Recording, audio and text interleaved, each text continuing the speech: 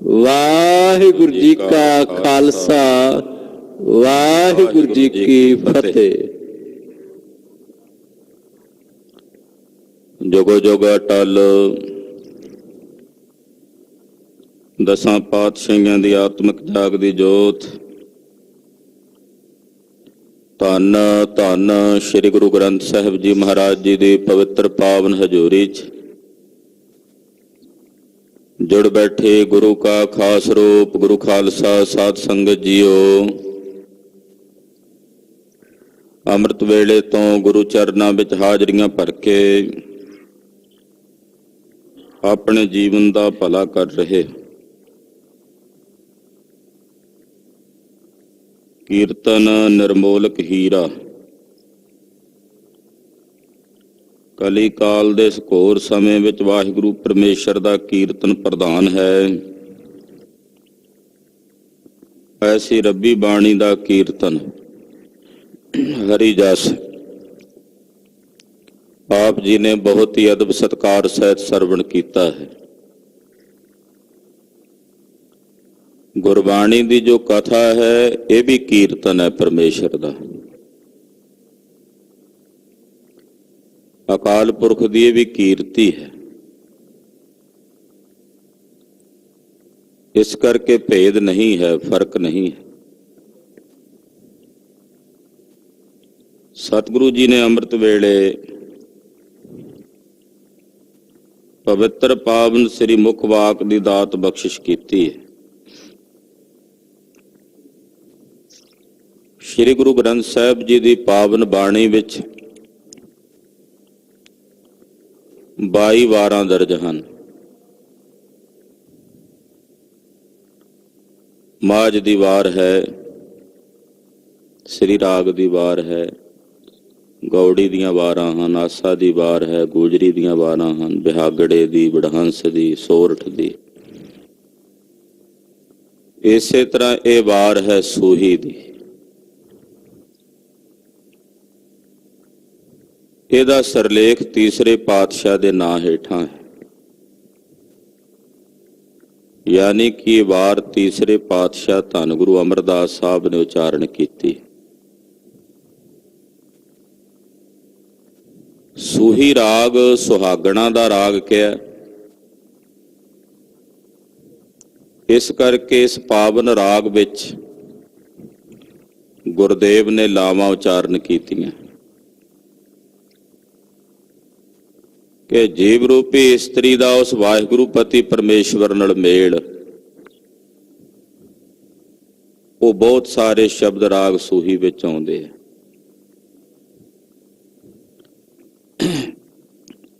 ਆਓ ਕੁਝ ਸਮੇਂ ਲਈ ਆਪਣੀਆਂ ਸੁਰਤੀਆਂ ਬਿਰਤੀਆਂ ਤੀਸਰੇ ਪਾਤਸ਼ਾਹ ਸ੍ਰੀ ਗੁਰੂ ਅਮਰਦਾਸ ਸਾਹਿਬ ਜੀ ਦੇ ਚਰਨਾਂ ਨਾਲ ਜੋੜੀਏ। ਜਿੱਥੇ ਸਰੀਰ ਕਰਕੇ ਹਾਜ਼ਰੀ ਭਰ ਰਹੇ ਹਾਂ ਉੱਥੇ ਆਪਣੀਆਂ ਸੁਰਤੀਆਂ ਦੀ ਹਾਜ਼ਰੀ ਗੁਰੂ ਚਰਨਾਂ ਚ ਲਵਾਈਏ। ਸਮੂਹ ਮਾਈ ਭਾਈ ਆਪਣੀ ਰਸਨਾ ਨੂੰ ਪਵਿੱਤਰ ਕਰੋ ਤੇ ਆਖੋ ਜੀ ਸਤਨਾਮ ਸ੍ਰੀ ਵਾਹਿਗੁਰੂ ਸਾਹਿਬ ਜੀ। ਸਤਨਾਮ ਸ੍ਰੀ ਵਾਹਿਗੁਰੂ ਸਾਹਿਬ ਜੀ। ਸ਼ਲੋਕ ਮਹੱਲਾ ਤੀਜਾ।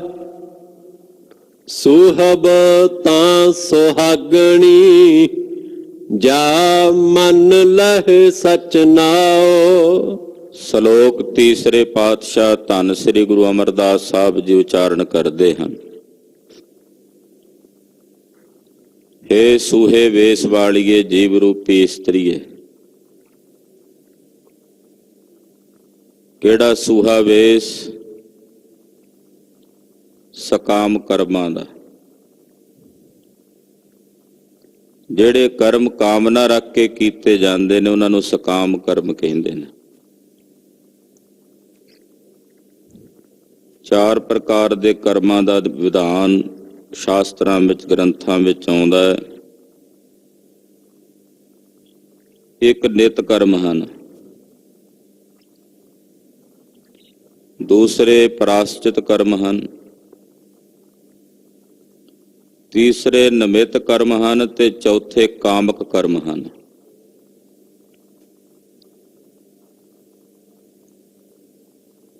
द्वैध प्रकार ਦੇ ਕਰਮ ਵੀ ਕਹੇ ਨੇ, ਵਿਹਿਤ ਔਰ ਅਵਿਹਿਤ, ਜਿਨ੍ਹਾਂ ਨੂੰ ਵਿਧ ਕਰਮ ਤੇ ਨਿਸ਼ੇਧ ਕਰਮ ਵੀ ਕਹਿੰਦੇ ਆ। ਵਿਧ ਕਰਮ ਉਹ ਕਰਮ ਨੇ ਜਿਨ੍ਹਾਂ ਲਈ ਹੁਕਮ ਹੈ ਗੁਰੂ ਸਾਹਿਬ ਦਾ ਕਰਨ ਨੂੰ। ਨਿਸ਼ੇਧ ਕਰਮ ਉਹ ਨੇ ਜਿਨ੍ਹਾਂ ਲਈ ਵਰਜਿਤ ਕੀਤਾ ਵੀ ਇਹ ਨਹੀਂ ਕਰਨੇ।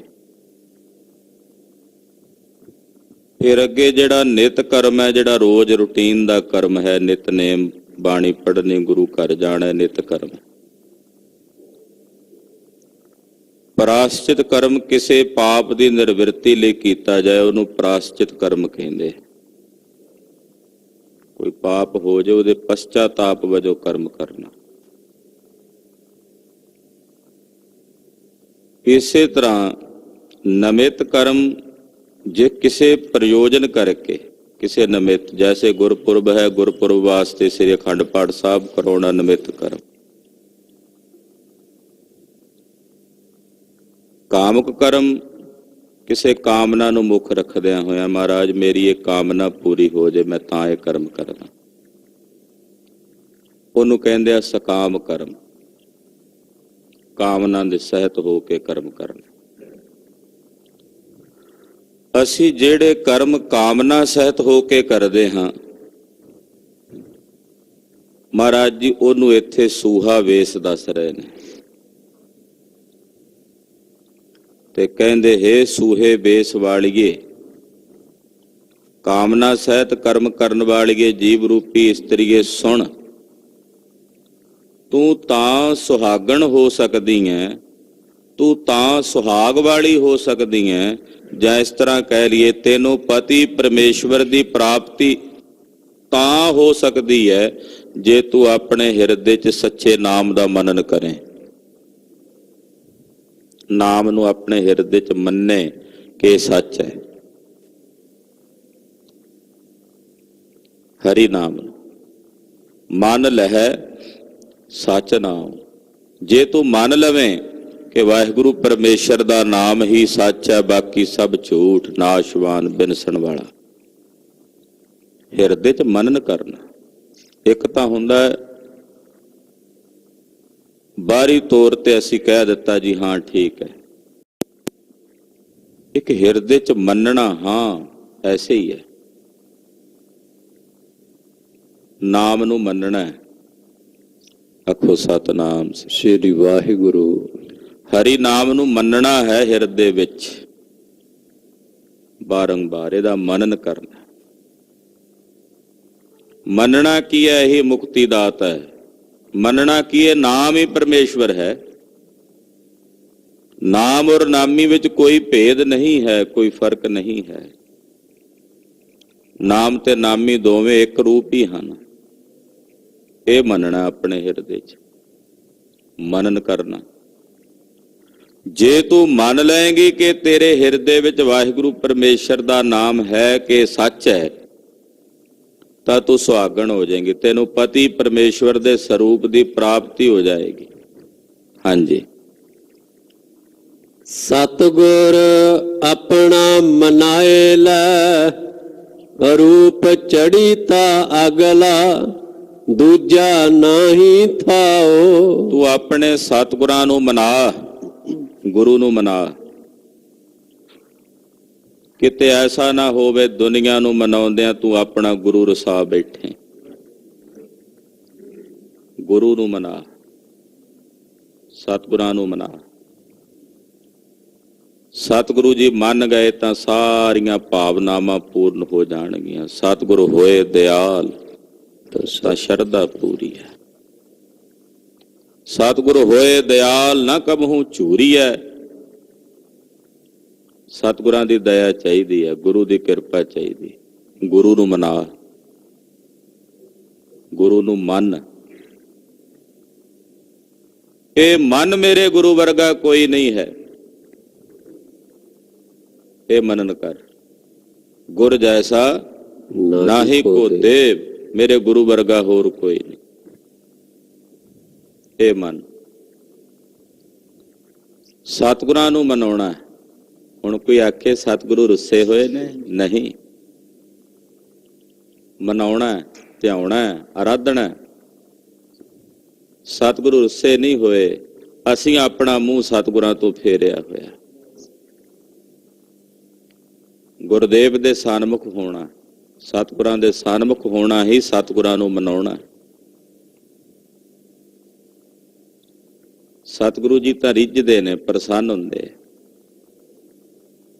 ਮਹਾਰਾਜ ਜੀ ਕਹਿੰਦੇ ਮੈਂ ਤਾਂ ਲੱਖਾਂ ਬਰਸਾਂ ਤੱਕ ਖੜਾ ਉਡੀਕ ਕਰਦਾ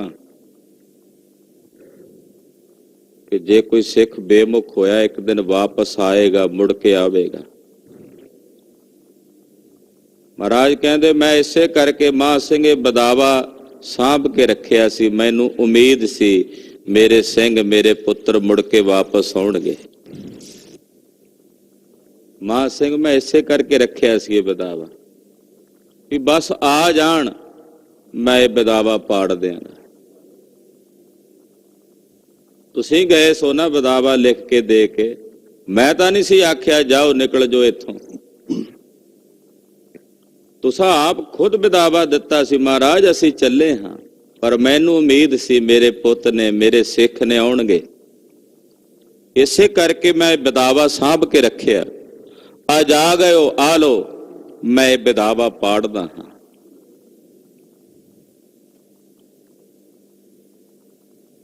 ਉੱਥੇ ਭਾਈ ਮਹਾਂ ਸਿੰਘ ਨੇ ਕੀ ਕਲਗੀਧਰ ਜੀ ਨੂੰ ਮਨਾਇਆ? ਉਸੇ ਤਾਂ ਨਹੀਂ, ਆਪ ਹੀ ਬੇਮੁਖ ਹੋ ਗਏ ਸਨ ਤੇ ਫਿਰ ਉਹਦੇ ਵਾਸਤੇ ਕਾਲਣਾ ਕਾਲੀ, ਇਹਨੂੰ ਕਹਿੰਦੇ ਮਨਾਉਣਾ। ਤੇ ਮਹਾਰਾਜ ਜੀ ਕਹਿੰਦੇ ਹੇ ਜੀਵ ਰੂਪੀ ਇਸਤਰੀਏ, ਜਦੋਂ ਤੂੰ ਆਪਣੇ ਸਤਿਗੁਰਾਂ ਨੂੰ ਮਨਾਏਂਗੀ ਤਾਂ ਤੇਰੇ ਤੇ ਬਹੁਤਾ ਰੂਪ ਚੜੇਗਾ। ਅਗਲਾ ਦਾ ਮਤਲਬ ਹੁੰਦਾ ਬਹੁਤਾ, ਬਹੁਤ ਰੂਪ ਚੜੇਗਾ। ਜਿਵੇਂ ਕਹਿੰਦੇ ਆ ਨਾ ਕਿਸੇ ਲਾੜੇ ਦਾ ਜਾਂ ਲਾੜੀ ਦਾ ਵਿਆਹ ਹੋਣਾ ਹੁੰਦਾ, ਵਿਆਹ ਵਾਲੇ ਦਿਨ ਕਹਿੰਦੇ ਅੱਜ ਸੋਹਲ ਚੜੀ ਆ, ਰੂਪ ਚੜਿਆ ਲਾੜੇ ਤੇ ਜਾਂ ਲਾੜੀ ਤੇ। ਮਹਾਰਾਜ ਜੀ ਕਹਿੰਦੇ ਤੇਰੇ ਤੇ ਵੀ ਰੂਪ ਚੜ ਜਾਏਗਾ ਬਹੁਤਾ, ਪ੍ਰੇਮ ਦਾ, ਪਰਮੇਸ਼ਰ ਦੇ ਗੁਰੂ ਦੇ ਪ੍ਰੇਮ ਦਾ। ਤੇ ਇੱਕ ਗੱਲ ਚੇਤੇ ਰੱਖੀ, ਗੁਰੂ ਤੋਂ ਬਿਨਾਂ ਹੋਰ ਕੋਈ ਦੂਜੀ ਥਾਂ ਨਹੀਂ ਜਿੱਥੇ ਤੈਨੂੰ ਟਿਕਾਣਾ ਮਿਲਣਾ ਹੈ। ਹੋਰ ਕੋਈ ਦੂਜਾ ਥਾਂ ਨਹੀਂ ਹੈ, ਦੂਜਾ ਨਾ ਹੀ ਥਾਂ, ਦੂਜੀ ਕੋਈ ਥਾਂ ਨਹੀਂ ਜਿੱਥੇ ਤੈਨੂੰ ਟਿਕਾਣਾ ਤੇ ਟਿਕਾ ਪ੍ਰਾਪਤ ਹੋ ਸਕੇ। ਐਸਾ ਸਿਗਾਰ ਬਣਾਏ ਤੂੰ ਮੈਲਾ ਕਦੇ ਨਾ ਹੋਵਈ, ਐਹਨਿਸ ਲਾਗੈ ਭਾਓ। ਮਹਾਰਾਜ ਜੀ ਕਹਿੰਦੇ ਤੂੰ ਇਹੋ ਜਿਹਾ ਸ਼ਿੰਗਾਰ ਬਣਾ ਜਿਹੜਾ ਕਦੇ ਮੈਲਾ ਨਾ ਹੋਵੇ। ਆ ਦੁਨੀਆ ਦੇ ਸ਼ਿੰਗਾਰ ਕੀਤੇ ਜਾਂਦੇ ਨੇ, ਬਾਅਦ ਵਿੱਚ ਮੈਲੇ ਪਹਿਲਾਂ ਹੋ ਜਾਂਦੇ ਆ। ਉਹ ਸ਼ਿੰਗਾਰ ਬਿਨਸ ਜਾਂਦੇ ਆ ਜਿਹੜੇ ਦੁਨੀਆ ਦੇ ਹਨ। ਤੂੰ ਇਹੋ ਜਿਹਾ ਸ਼ਿੰਗਾਰ ਬਣਾ ਜੀਵ ਰੂਪੀ ਇਸਤਰੀਏ ਜਿਹੜਾ ਕਦੇ ਮੁੜ ਮੈਲਾ ਨਾ ਹੋਵੇ। ਪੁੱਛਿਆ ਮਹਾਰਾਜ ਇਹੋ ਜਿਹਾ ਕਿਹੜਾ ਸ਼ਿੰਗਾਰ ਹੈ? ਅਸੀਂ ਤਾਂ ਲੀਪਾ ਪੋਚੀ ਚਿਹਰੇ ਤੇ ਕਰਦੇ ਆਂ ਸ਼ਿੰਗਾਰ ਵਾਸਤੇ, ਉਹ ਤਾਂ ਨਾਲੋਂ ਨਾਲ ਕੁਝ ਸਮੇਂ ਬਾਅਦ ਟੱਟ ਜਾਂਦਾ, ਟਹਿ ਜਾਂਦਾ। ਨੇਤਰਾਂ ਵਿੱਚ ਪਾਇਆ ਹੋਇਆ ਕੱਜਲ ਉਹੀ ਚਿਹਰੇ ਨੂੰ ਕਾਲਾ ਕਰਕੇ ਰੱਖ ਦਿੰਦਾ ਹੈ। ਮਹਾਰਾਜ ਇਹ ਜਿਹੜੇ ਦੁਨਿਆਵੀ ਸ਼ਿੰਗਾਰ ਨੇ ਤਾਂ ਮੈਲੇ ਹੋ ਜਾਂਦੇ ਆ। ਐਸਾ ਕਿਹੜਾ ਸ਼ਿੰਗਾਰ ਹੈ ਆਪ ਜੀ ਦੱਸ ਦਿਓ ਜਿਹੜਾ ਕਦੇ ਮੈਲਾ ਹੀ ਨਹੀਂ ਹੁੰਦਾ? ਮਹਾਰਾਜ ਜੀ ਕਹਿੰਦੇ ਉਹ ਸ਼ਿੰਗਾਰ ਹੈ ਰਾਤ ਦਿਨ ਆਪਣੇ ਪਤੀ ਪਰਮੇਸ਼ਵਰ ਦੇ ਪ੍ਰੇਮ ਦੇ ਰੰਗ ਵਿੱਚ ਰੰਗੇ ਰਹਿਣਾ। ਅਹਨਿਸ ਲਾਗੈ ਭਾਉ, ਰਾਤ ਦਿਨ ਤੇਰਾ ਉਸ ਵਾਹਿਗੁਰੂ ਨਾਲ ਪ੍ਰੇਮ ਬਣਿਆ ਰਹੇ। ਇਹੋ ਜਿਹਾ ਸ਼ਿੰਗਾਰ ਹੈ ਜਿਹੜਾ ਕਦੇ ਮੁੜ ਮੈਲਾ ਹੀ ਨਹੀਂ ਹੁੰਦਾ, ਸਗੋਂ ਹੋਰ ਚੜ੍ਹਦਾ ਚੱਲਿਆ ਜਾਂਦਾ। ਇਹ ਪ੍ਰੇਮ ਦਾ ਸ਼ਿੰਗਾਰ ਹੈ। ਜਿਸ ਇਸਤਰੀ ਅੰਦਰ ਆਪਣੇ ਭਰਤੇ ਪ੍ਰਤੀ ਪ੍ਰੇਮ ਹੀ ਨਹੀਂ, ਉਹਦੇ ਸ਼ਿੰਗਾਰ ਕਿਸ ਕੰਮ ਦੇ? ਅਸਲੀ ਸ਼ਿੰਗਾਰ ਤਾਂ ਪ੍ਰੀਤ ਦਾ ਹੈ, ਪ੍ਰੇਮ ਦਾ ਹੈ। ਜਿਸ ਦੇ ਹਿਰਦੇ ਵਿੱਚ ਉਸ ਵਾਹਿਗੁਰੂ ਪਰਮੇਸ਼ਰ ਦਾ ਪ੍ਰੇਮ ਹੈ, ਇਹੀ ਸਭ ਤੋਂ ਵਧੀਆ ਸ੍ਰੇਸ਼ਟ ਤੇ ਸ਼੍ਰੋਮਣੀ ਸ਼ਿੰਗਾਰ ਹੈ। ਮਹਾਰਾਜ ਜੀ ਕਹਿੰਦੇ ਕਦੇ ਮੈਲਾ ਨਹੀਂ ਹੁੰਦਾ। ਨਾਨਕ ਸੁਹਾਗਣ ਕਾ ਕਿਆ ਚਿਹਨ ਹੈ, ਅੰਦਰ ਸੱਚ ਮੁਖ ਉਜਲਾ, ਖਸਮੈ ਮਾਹੇ ਸਮਾਏ। ਧੰਨ ਗੁਰੂ ਅਮਰਦਾਸ ਸਾਹਿਬ ਜੀ ਕਹਿੰਦੇ, ਪੁੱਛੀਏ ਵੀ ਸੁਹਾਗਣਾਂ ਦੀਆਂ ਕੀ ਨਿਸ਼ਾਨੀਆਂ ਨੇ। ਆਮ ਕਰਕੇ ਸੁਹਾਗਣਾਂ ਪਰਖੀਆਂ ਜਾਂਦੀਆਂ ਹੱਥ ਵਿੱਚ ਪਾਏ ਚੂੜੇ ਤੋਂ, ਮਾਂਗ 'ਚ ਭਰੇ ਸੰਧੂਰ ਤੋਂ, ਸਰੀਰ ਤੋਂ ਪਹਿਨੇ ਪਹਿਰਾਵੇ ਤੋਂ, ਵੀ ਇਹ ਸੁਹਾਗਣ ਹੈ। ਮਹਾਰਾਜ, ਜਿਹੜੇ ਰੱਬ ਨਾਲ ਮਿਲੇ ਹੋਏ ਪਰਮੇਸ਼ਰ ਦੇ ਪਿਆਰੇ, ਉਹ ਜੀਵ ਰੂਪੀ ਇਸਤਰੀਆਂ ਜਿਹੜੀਆਂ ਸੁਹਾਗਣਾਂ ਹੋ ਗਈਆਂ ਨੇ, ਉਸ ਵਾਹਿਗੁਰੂ ਨੂੰ ਜਾ ਮਿਲੀਆਂ ਨੇ, ਮਹਾਰਾਜ ਉਹਨਾਂ ਦੇ ਕੀ ਚਿੰਨ੍ਹ ਨੇ, ਕੀ ਨਿਸ਼ਾਨੀਆਂ ਨੇ। ਤਾਂ ਪਾਤਸ਼ਾਹ ਕਹਿੰਦੇ ਉਹਨਾਂ ਦੀਆਂ ਨਿਸ਼ਾਨੀਆਂ ਇਹ ਹਨ ਕਿ ਉਹਨਾਂ ਦੇ ਅੰਦਰ ਸੱਚ ਹੈ। ਅੰਦਰ ਸੱਚ, ਉਹਨਾਂ ਦੇ ਹਿਰਦੇ ਵਿੱਚ ਅੰਦਰ ਸੱਚ ਹੈ।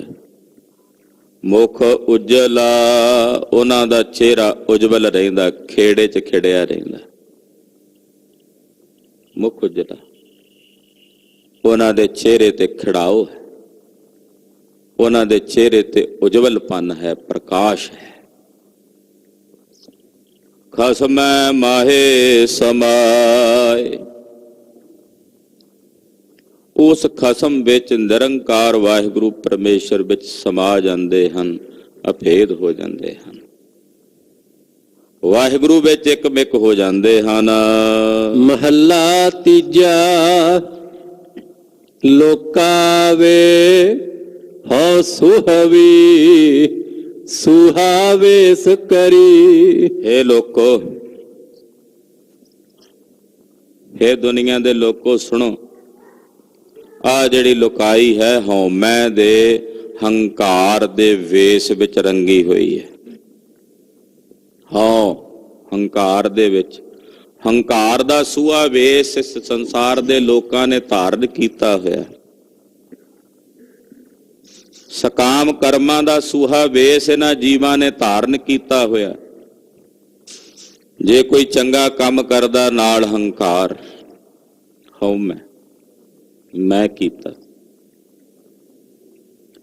ਆ ਜਿਹੜੇ ਸੰਸਾਰ ਦੇ ਲੋਕ ਹਨ, ਮਹਾਰਾਜ ਜੀ ਕਹਿੰਦੇ ਹੰਕਾਰ ਦੇ ਸੂਹੇ ਵੇਸ ਵਿੱਚ ਰੰਗੇ ਹੋਏ ਨੇ। ਹੈਂਕੜ ਦੇ ਸੂਹੇ ਵੇਸ ਦੇ ਰੰਗ ਵਿੱਚ ਰੰਗੇ ਹੋਏ ਨੇ। ਹਾਂਜੀ। ਵੇਸੀ ਸਹੁ ਨਾ ਪਾਈਐ, ਕਰ ਕਰ ਵੇਸ ਰਹੀ। ਜਿਨ੍ਹਾਂ ਨੇ ਹੰਕਾਰ ਦਾ ਸੂਹਾ ਵੇਸ ਸਰੀਰ ਤੇ ਧਾਰਨ ਕੀਤਾ ਹੈ, ਜਿਹੜੇ ਹੈਂਕੜ ਵਿੱਚ ਨੇ, ਹਉਮੈ ਵਿੱਚ ਨੇ, ਇਹੋ ਜਿਹੇ ਵੇਸ ਵਾਲਿਆਂ ਨੂੰ ਸਹੁ ਦੀ ਪ੍ਰਾਪਤੀ ਨਹੀਂ ਹੁੰਦੀ, ਪਰਮੇਸ਼ਰ ਦੀ ਪ੍ਰਾਪਤੀ ਨਹੀਂ ਹੁੰਦੀ। ਏਦਾਂ ਦੇ ਜਿੰਨੇ ਮਰਜ਼ੀ ਵੇਸ ਕਰ ਕਰਕੇ ਰਹਿ ਜਾਣ, ਕਰਮ ਕਾਂਡ ਕਰੀ ਜਾਣ, ਹੰਕਾਰ ਨਾਲ ਕਰ ਰਹੇ ਨੇ ਤਾਂ ਕਰੀ ਜਾਣ, ਇਹੋ ਜਿਹੇ ਵੇਸਾਂ ਨਾਲ ਰੱਬ ਦੀ, ਪਰਮੇਸ਼ਰ ਦੇ ਸਰੂਪ ਦੀ ਪ੍ਰਾਪਤੀ ਨਹੀਂ ਹੁੰਦੀ। ਨਾਨਕ ਤਿਨੀ ਸਹੁ ਪਾਇਆ, ਜਿਨੀ ਗੁਰ ਕੀ ਸਿੱਖ ਸੁਣੀ। ਧੰਨ ਸ੍ਰੀ ਗੁਰੂ ਅਮਰਦਾਸ ਸਾਹਿਬ ਜੀ ਫਰਮਾਉਂਦੇ ਹਨ, ਤਿਨਾਂ ਨੇ ਸਹੁ ਪਾਇਆ ਹੈ ਜਿਨ੍ਹਾਂ ਨੇ ਗੁਰੂ ਕੀ ਸਿੱਖਿਆ ਸੁਣੀ। ਰੱਬ ਦੀ ਪ੍ਰਾਪਤੀ ਉਹਨਾਂ ਨੇ ਕੀਤੀ ਹੈ ਜਿਨ੍ਹਾਂ ਨੇ ਗੁਰੂ ਕੀ ਸਿੱਖਿਆ ਸੁਣੀ, ਗੁਰੂ ਕਾ ਉਪਦੇਸ਼ ਸੁਣਿਆ। ਪੁੱਛਿਆ, ਮਹਾਰਾਜ ਗੁਰੂ ਦੀ ਕੀ ਸਿੱਖਿਆ ਹੈ? ਗੁਰੂ ਸਾਹਿਬ ਉਹਨਾਂ ਸੁਹਾਗਣਾਂ ਨੂੰ ਕੀ ਸਿੱਖਿਆ ਦਿੰਦੇ ਨੇ ਜਿਨ੍ਹਾਂ ਨਾਲ ਉਹਨਾਂ ਨੂੰ ਰੱਬ ਦੀ ਪ੍ਰਾਪਤੀ ਹੋਈ? ਕੀ ਸਿੱਖਿਆ ਹੈ? ਅਗਲੀ ਪੰਕਤੀ 'ਚ ਜਵਾਬ ਦਿੰਦੇ ਹਨ, ਜੋ ਤਿਸ ਭਾਵੈ ਸੋ ਥੀਐ, ਇਨ ਬਿਦ ਕੰਤ ਮਿਲੀ। ਇਹ ਸਿੱਖਿਆ ਗੁਰੂ ਸਾਹਿਬ ਇਹ ਸਿੱਖਿਆ ਦਿੰਦੇ ਨੇ ਕਿ ਤੁਸੀਂ ਇਹ ਅਵਸਥਾ ਬਣਾਓ ਕਿ ਜੋ ਤਿਸ ਅਕਾਲ ਪੁਰਖ ਪਰਮੇਸ਼ਰ ਨੂੰ ਭਾਉਂਦਾ ਹੈ ਉਹੀ ਭਲਾ ਹੈ। ਜੋ ਤੁਧ ਭਾਵੈ ਸਾਈ ਭਲੀ ਕਾਰ, ਜੋ ਤੈਨੂੰ ਭਾਵੇ ਉਹੀ ਭਲਾ ਹੈ। ਅਗਰ ਇਸ ਅਵਸਥਾ ਵਿੱਚ ਤੂੰ ਟਿਕ ਜਾਏ ਤਾਂ ਇਸ ਪ੍ਰਕਾਰ ਨਾਲ ਤੈਨੂੰ ਉਸ ਕੰਤ ਦੀ, ਪ੍ਰਮਾਤਮਾ ਦੇ ਸਰੂਪ ਦੀ ਪ੍ਰਾਪਤੀ ਹੋਵੇਗੀ। ਇਨ ਬਿਦ ਕੰਤ ਮਿਲੀ। ਇਸ ਤਰ੍ਹਾਂ, ਇਸ ਪ੍ਰਕਾਰ ਨਾਲ ਤੈਨੂੰ ਉਸ ਕੰਤ ਵਾਹਿਗੁਰੂ ਪਰਮੇਸ਼ਰ ਦੇ ਸਰੂਪ ਦੀ ਪ੍ਰਾਪਤੀ ਹੋਵੇਗੀ। ਪੌੜੀ ਹੁਕਮੀ ਸ੍ਰਿਸ਼ਟ ਸਾਜੀਅਨ, ਬਹੁ ਪਿਤ ਸੰਸਾਰਾ। ਪੌੜੀ ਵੀ ਤੀਸਰੇ ਪਾਤਸ਼ਾਹੀ ਉਚਾਰਦੇ ਨੇ। ਗੁਰਦੇਵ ਕਹਿੰਦੇ ਵਾਹਿਗੁਰੂ ਨੇ ਆਪਣੇ ਹੁਕਮ ਦੇ ਵਿੱਚ ਇਸ ਸ੍ਰਿਸ਼ਟੀ ਦੀ ਸਾਜਨਾ ਕੀਤੀ ਹੈ। ਉਹ ਹੁਕਮੀ ਹੈ, ਹੁਕਮੀ ਦੇ ਹੁਕਮ ਵਿੱਚ ਇਹ ਸ੍ਰਿਸ਼ਟੀ ਸਾਜੀ ਗਈ ਹੈ। ਇਹ ਸਾਰਾ ਸੰਸਾਰ ਉਸ ਦੇ ਹੁਕਮ 'ਚ ਹੋਇਆ। ਉਹਨੇ ਕਿਹਾ ਹੋ ਜਾ ਤਾਂ ਹੋ ਗਿਆ, ਕੀਤਾ ਪਸਾਓ ਏਕੋ ਕਵਾਓ, ਬਸ ਇੰਨਾ ਹੀ ਕਿਹਾ ਹੋ ਜਾ ਤਾਂ ਹੋ ਗਿਆ। ਸਮੇਟਣ ਵਾਸਤੇ ਵੀ ਉਹਨੂੰ ਬਹੁਤ ਕੁਝ ਨਹੀਂ ਕਹਿਣਾ ਪੈਣਾ, ਇਹੀ ਕਹਿਣਾ ਖਤਮ ਹੋ ਜਾ, ਸਿਮਟ ਜਾ, ਤੇ ਸਭ ਕੁਝ ਉਸੇ 'ਚ ਸਿਮਟ ਜਾਣਾ। ਜੋ ਇਹ ਹੋਇਆ ਉਸ ਦੇ ਹੁਕਮ 'ਚ ਹੀ ਹੋਇਆ। ਇਹ ਜਿਤਨੀ ਸ੍ਰਿਸ਼ਟੀ ਹੈ ਉਸਨੇ ਆਪਣੇ ਹੁਕਮ 'ਚ ਸਾਜੀ ਹੈ। ਬਹੁ ਪ੍ਰਕਾਰ ਨਾਲ ਸਾਰੇ ਸੰਸਾਰ ਦੀ ਸਿਰਜਣਾ ਉਸ ਵਾਹਿਗੁਰੂ ਪਰਮੇਸ਼ਰ ਨੇ ਕੀਤੀ। ਬਹੁ ਪਿਤ, ਬਹੁ ਪ੍ਰਕਾਰ ਨਾਲ ਹਰ ਸ਼ੈ ਨੂੰ ਵੱਖੋ ਤਰੀਕੇ ਨਾਲ, ਵੱਖਰੋ ਢੰਗ ਨਾਲ ਬਣਾਇਆ।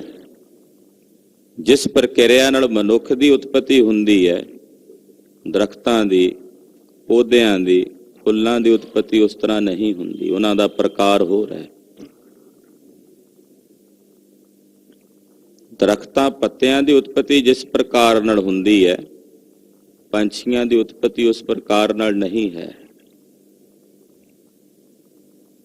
ਪੰਛੀ ਜਿਸ ਪ੍ਰਕਾਰ ਨਾਲ ਉਤਪੰਨ ਹੁੰਦੇ ਨੇ, ਉਸ ਪ੍ਰਕਾਰ ਨਾਲ ਬਹੁਤ ਹੀ ਨਿੱਕੇ ਨਿੱਕੇ ਜੀਵ ਜਿਹੜੇ ਅੱਖਾਂ ਨਾਲ ਵੇਖੇ ਨਹੀਂ ਜਾ ਸਕਦੇ, ਉਹਨਾਂ ਦੀ ਉਤਪਤੀ ਵੈਸੇ ਤਰੀਕੇ ਨਾਲ, ਪ੍ਰਕਾਰ ਨਾਲ ਨਹੀਂ ਹੁੰਦੀ। ਨਿੱਕੇ ਨਿੱਕੇ ਸੂਖਸ਼ਮ ਜੀਵ ਜਿਸ ਤਰੀਕੇ ਨਾਲ ਪੈਦਾ ਹੁੰਦੇ ਨੇ, ਸਥੂਲ ਪੱਥਰ ਉਸ ਤਰ੍ਹਾਂ ਨਹੀਂ ਪੈਦਾ ਹੁੰਦੇ। ਉਹਨਾਂ ਦੇ ਬਣਨ ਦਾ ਤਰੀਕਾ ਵੱਖਰਾ ਹੈ। ਪੱਥਰ ਜਿਸ ਪ੍ਰਕਾਰ ਨਾਲ ਬਣਦੇ ਨੇ, ਉਸ ਤਰੀਕੇ ਨਾਲ ਨਦੀਆਂ ਤੇ ਦਰਿਆ ਨਹੀਂ ਬਣਦੇ। ਉਹਨਾਂ ਦੇ ਬਣਨ ਦਾ ਤਰੀਕਾ ਤੇ ਪ੍ਰਕਾਰ ਵੱਖਰਾ ਹੈ। ਹਰ ਸ਼ੈ ਵਾਹਿਗੁਰੂ ਨੇ ਜਿਸ ਪ੍ਰਕਾਰ ਨਾਲ ਬਣਾਈ ਹੈ, ਕਈ ਪ੍ਰਕਾਰ ਨਾਲ ਬਣਾਈ ਹੈ, ਕਈ ਪ੍ਰਕਾਰ ਨਾਲ। ਇੱਕ ਮਨੁੱਖ ਦੇ ਸਰੀਰ ਦੀ ਘਾੜਤ ਦਾ ਇੱਕ ਪ੍ਰਕਾਰ ਜੋ ਸਾਰਿਆਂ ਵਿੱਚ ਇੱਕ ਸਮਾਨ ਹੈ, ਪਰ ਉਹਨਾਂ ਦੇ ਸਾਰਿਆਂ ਦੇ ਸਰੀਰਾਂ ਦੀ ਬਣਤਰ ਬਹੁ ਪ੍ਰਕਾਰ ਨਾਲ ਬਣਾਈ ਹੋਈ ਹੈ। ਸਭ ਦੀ ਬਣਤਰ ਸਰੀਰ ਦੀ ਉਹ ਬਹੁ ਪ੍ਰਕਾਰ ਨਾਲ, ਕਈ ਤਰੀਕਿਆਂ ਨਾਲ, ਸਰੂਪ ਕਰਕੇ, ਰੰਗ ਕਰਕੇ, ਚਿਹਨ ਵਰਨ ਕਰਕੇ, ਸਰੀਰ ਦੀਆਂ ਰੇਖਾਵਾਂ ਕਰਕੇ, ਬਹੁ ਪ੍ਰਕਾਰ ਨਾਲ ਭਿੰਨ ਭਿੰਨ। ਰੰਗੀ ਰੰਗੀ ਭਾਤੀ ਕਰ ਕਰ ਜਿਨਸੀ, ਮਾਇਆ ਜਿਨ ਉਪਾਈ। ਰੰਗ ਕਰਕੇ ਬਹੁ ਪ੍ਰਕਾਰ ਦੇ ਜੀਵ ਪੈਦਾ ਕੀਤੇ ਨੇ। ਇੱਕ ਜੀਵ ਜਿਹਾ ਰੰਗ ਦੂਸਰੇ ਜੀਵ ਦਾ ਨਹੀਂ।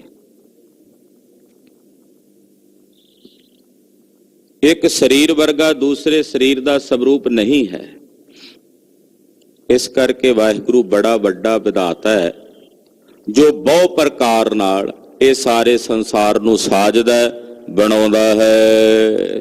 ਤੇਰਾ ਹੁਕਮ ਨਾ ਜਾਪੀ ਕੇਤੜਾ, ਸੱਚੇ ਅਲਖ ਅਪਾਰਾ। हे ਵਾਹਿਗੁਰੂ, ਤੇਰਾ ਹੁਕਮ ਕਿਤਨਾ ਵਿਸ਼ਾਲ ਹੈ, ਉਹ ਨਹੀਂ ਜਾਣਿਆ ਜਾ ਸਕਦਾ। ਕਿਤਨਾ ਵੱਡਾ ਤੇਰਾ ਹੁਕਮ ਹੈ, ਉਹ ਕਿਤਨਾ ਉਸ ਦਾ ਦਾਇਰਾ ਹੈ, ਉਹ ਕਿਤਨਾ ਵਿਸ਼ਾਲ ਹੈ ਮਹਾਰਾਜ, ਉਹ ਜਾਣਿਆ ਨਹੀਂ ਜਾ ਸਕਦਾ। ਸਾਨੂੰ ਤਾਂ ਦਿਸਦੇ ਜੀਵ ਦਿਸਦੇ ਨੇ ਵੀ ਇਹ ਤੇਰੇ ਹੁਕਮ 'ਚ ਨੇ, ਪਰ ਬਹੁਤ ਕੁਝ ਹੈ ਜਿਹੜਾ ਸਾਨੂੰ ਦਿਸਦਾ ਹੀ ਨਹੀਂ ਹੈ। ਜਾਂ ਸਾਨੂੰ ਇਸ ਧਰਤੀ ਦੇ ਜੀਵ ਦਿਸਣਗੇ, ਇਸ ਧਰਤੀ ਤੋਂ ਹੋਰ ਅਨੇਕਾਂ ਕਰੋੜਾਂ ਧਰਤੀਆਂ ਨੇ ਜਿੱਥੇ ਜੀਵ ਹਨ। ਇਸ ਕਰਕੇ ਤੇਰਾ ਹੁਕਮ ਕਿਤਨਾ ਵਿਸ਼ਾਲ ਹੈ ਮਹਾਰਾਜ, ਸਾਡੇ ਕੋਲੋਂ ਨਹੀਂ ਜਾਣਿਆ ਜਾ ਸਕਦਾ। ਤੇਰੇ ਹੁਕਮ ਦੀ ਗਹਿਰਾਈ ਕਿਤਨੀ ਗਹਿਰੀ ਹੁੰਦੀ ਹੈ ਮਹਾਰਾਜ, ਉਹ ਸਾਡੇ ਕੋਲੋਂ ਨਹੀਂ ਜਾਣੀ ਜਾਂਦੀ, ਨਹੀਂ ਸਮਝ ਪੈਂਦੀ। हे ਸੱਚੇ, ਤੂੰ ਅਲਖ ਹੈ, ਨਾ ਲਖਿਆ ਜਾਣ ਵਾਲਾ ਹੈ, ਅਪਾਰ ਪਾਰਾਵਾਰ ਤੋਂ ਰਹਿਤ ਹੈ। ਇਕ ਨਾਨੋ ਤੂੰ ਮੇਲ ਲੈ, ਗੁਰ ਸ਼ਬਦ ਵਿਚਾਰਾ। ਇਕਨਾਂ ਨੂੰ ਗੁਰ ਸ਼ਬਦ ਦੀ ਵਿਚਾਰ ਦੇ ਕੇ ਤੁਸੀਂ ਉਹਨਾਂ ਨੂੰ ਆਪਣੇ ਨਾਲ ਮੇਲ ਲੈਂਦੇ ਹੋ, ਭੇਦ ਕਰ ਲੈਂਦੇ ਹੋ। ਇਕਨਾਂ ਨੂੰ ਤੁਸੀਂ ਗੁਰਬਾਣੀ ਦੀ ਗੁਰ ਸ਼ਬਦ ਦੀ ਵਿਚਾਰ ਦਿੱਤੀ ਔਰ ਗੁਰ ਸ਼ਬਦ ਦੀ ਵਿਚਾਰ ਦੇ ਕੇ ਆਪਣੇ ਨਾਲ ਮੇਲ ਕੇ ਅਭੇਦ ਕਰ ਲਿਆ। ਸਚ ਰਤੇ ਸੇ ਨਿਰਮਲੇ ਹਉਮੈ ਤਜ ਵਿਕਾਰਾ। ਜਿਹੜੇ ਸੱਚ ਵਿੱਚ ਰਤੇ ਹਨ ਉਹ ਨਿਰਮਲ ਹਨ। ਗੁਰੂ ਨਾਨਕ ਸਾਹਿਬ ਨੇ ਜਿਹੜਾ ਪੰਥ ਚਲਾਇਆ ਉਹ ਨਿਰਮਲ ਪੰਥ ਚਲਾਇਆ। ਭਾਈ ਸਾਹਿਬ ਭਾਈ ਗੁਰਦਾਸ ਜੀ ਦਾ ਕਥਨ ਹੈ, ਮਾਰਿਆ ਸਿੱਕਾ ਜਗਤ ਵਿੱਚ ਨਾਨਕ ਨਿਰਮਲ ਪੰਥ ਚਲਾਇਆ। ਆਪਣਾ ਪੰਥ ਜਿਹੜਾ ਨਾ ਖਾਲਸਾ ਪੰਥ, ਇਹ ਨਿਰਮਲ ਪੰਥ ਹੈ। ਇਹਦੇ ਚ ਮਲਨਤਾ ਹੀ ਨਹੀਂ। ਖਾਲਸਾ ਉਸੇ ਨੂੰ ਕਹਿੰਦੇ ਆ ਨਾ ਜਿਹਦੇ ਚ ਕਿਸੇ ਪ੍ਰਕਾਰ ਦੀ ਕੋਈ ਮਿਲਾਵਟ ਨਹੀਂ ਹੈ, ਸ਼ੁੱਧ, ਨਿਰਮਲ, ਪਵਿੱਤਰ। ਗੁਰੂ ਪਾਤਸ਼ਾਹ ਨੇ ਇੱਕ ਸੰਪਰਦਾਇ ਚਲਾਈ, ਕਲਗੀਆਂ ਵਾਲੇ ਪਾਤਸ਼ਾਹ ਨੇ। ਉਸ ਸੰਪਰਦਾਇ ਦਾ ਨਾਮ ਹੀ ਰੱਖਿਆ ਨਿਰਮਲ ਸੰਪਰਦਾਇ, ਜਿਨ੍ਹਾਂ ਨੂੰ ਆਪਾਂ ਨਿਰਮਲੇ ਕਹਿ ਦਿੰਦੇ ਹਾਂ।